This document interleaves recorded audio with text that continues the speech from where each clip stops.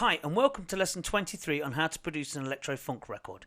In this final lesson what we're going to do is we're going to focus on the brass riffs and the lead line. So everything else is sitting in place quite nicely. All we need to do now is do some EQ on the brass and on the lead, and then we'll just have a little bit of a tidy up and just check that everything's okay. So what we're going to do is we're going to solo the brass riff down below here. And if you remember in one of the previous lessons we added some reverb to that.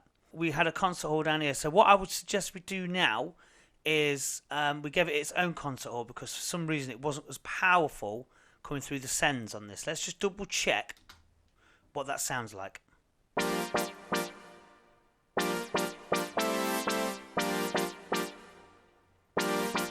And then take away the send one and put the other one back on and see what that sounds like.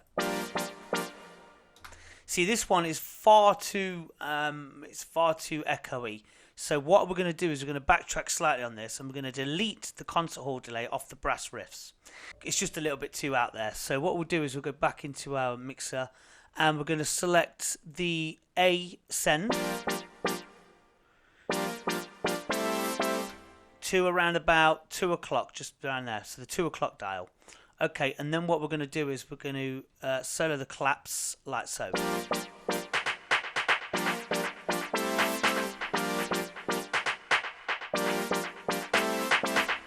Okay, so what we need to do is we need to put an EQ on it and do not a great deal to it, to be honest with you, because it's so bright anyway. It doesn't need a great deal of lifting, but we'll lift it slightly.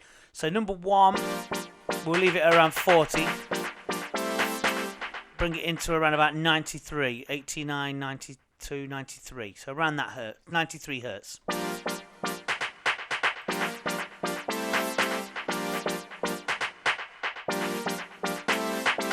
And number 2, we can leave it about 259 hertz. Number 3, we're going to raise slightly to 120 hertz. And number 4, we're going to do 3.7, 3.80 kilohertz like that. We don't want it too bright. Just sitting on top of the wave.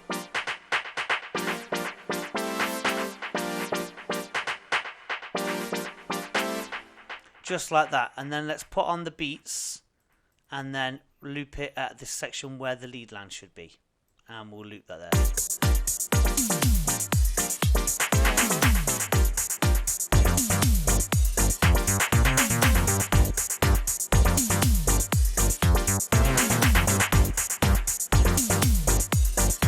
What I think we should do is add a compressor onto that as well. So bring a compressor in just before the EQ.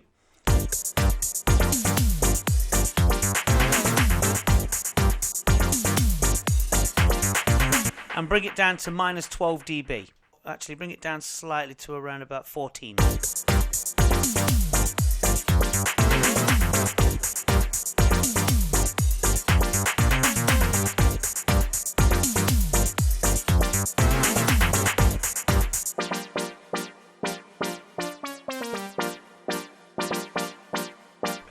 And that's that. So that sounds quite nice. Let's put in the intro where the claps. We're going to just change the claps here slightly because I noticed they're a little bit too high on the delay. So go to your ober claps and select ping pong and dry wet.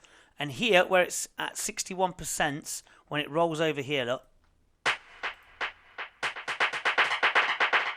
it's too much. So what we're going to do is you're going to draw a dot around about there, and then we're going to lower this dot to around about 47, like so.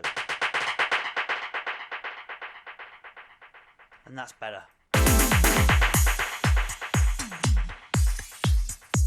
And that's all. That was just a little thing that I needed to correct when I hit it back after the last lesson. Okay, so we've got that. What we need to do now is the sitar. So let's get the sitar up, solo that. And again, with this, we don't need to do very little. We just need to take the bottom end out. So get an EQ8 in. And take the bottom to around about 300 hertz. And then raise number 4 to around about 6 kilohertz. Just like that.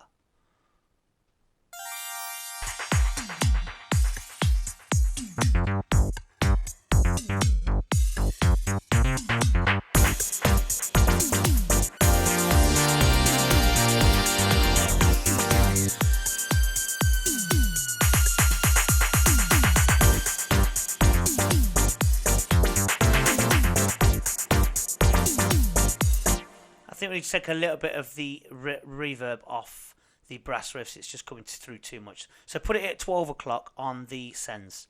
The problem with doing mixdowns is, especially when doing tutorials, is that it's always trial and error. So you're always going to be changing and tweaking things. So I apologise if we're going backwards and forwards sometimes.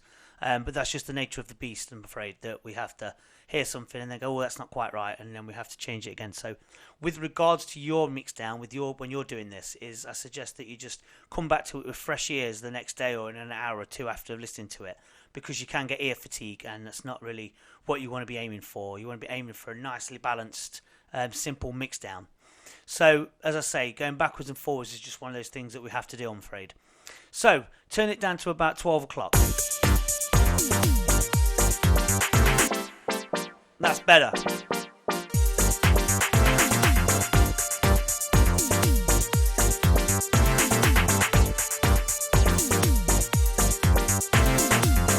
So, with the sitars, as I say, what we've done is we've taken a lot of bottom end out and raised the top end slightly. So, just follow that sort of pattern there with the sitar. Let's just solo it again.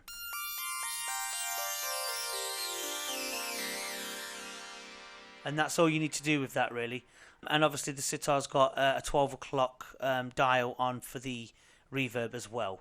So, over to the lead line then. Let's go to here.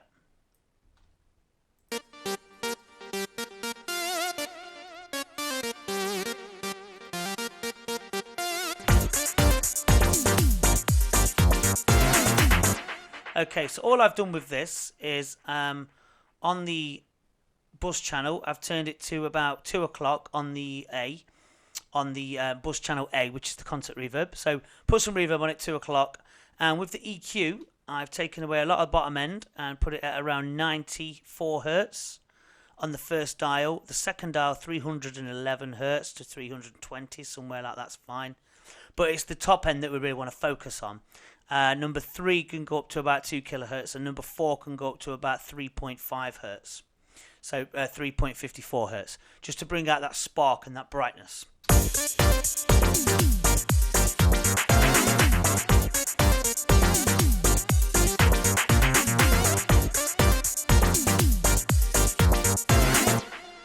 Okay, so that's coming through nice and clean.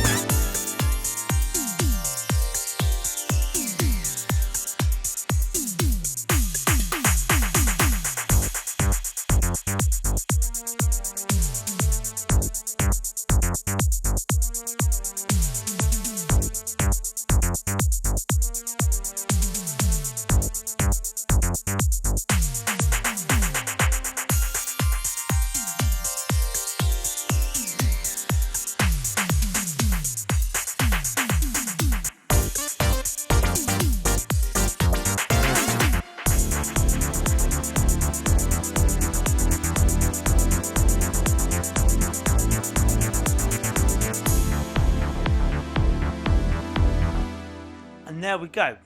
So you've got the lead line EQ'd in with a bit of brightness on the top end and some reverb. You've got the brass riffs sorted out and the reverb changed on that and a compressor added to that. And the sitar's got some reverb added to it and a lot of the bottom end taken out as well. So we're at the end of the mix down, and what we're going to do now in the next lesson is we're going to summarize the track and basically just go over it and just double check that everything is in place and that we've got everything that we need. Thank you for doing the tutorial, and I'm sure that you've got somewhere with it, and hopefully you've completed it at this level. Any problems, as I say, email me and I respond within 24 hours. But head over to the next lesson where we're going to go over the track in general and just cover all the grounds that we've been over, just like a recap. and then we'll bounce the track over to an MP3 file, or a WAV file should I say. Thank you very much for watching. I hope you've enjoyed it, and any problems email me and I'll get back to you. Thanks again and goodbye.